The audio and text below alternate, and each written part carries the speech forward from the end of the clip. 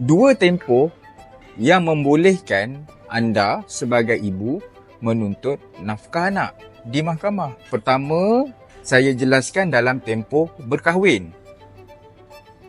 Dalam tempoh berkahwin ni, dia tiada sebarang peruntukan undang-undang yang menghalang si ibu itu untuk memfailkan kes nafkah anak di mahkamah. Namun, kebiasaannya dia jarang dilakukan. Ada tapi jarang dilakukan. Itu tempoh dalam tempoh berkahwin. Sebab apa? Sebab suami dan isteri ni masih lagi tinggal serumah. Itu situasi yang pertama. Tempoh yang kedua apabila selepas berlaku perceraian. Kebiasaannya, saya tak katakan semua pasangan abaikan nafkah, tidak. Tetapi kebiasaannya apabila berlaku perceraian, maka lazimnya pengabaian banyak berlaku bila dah bercerai.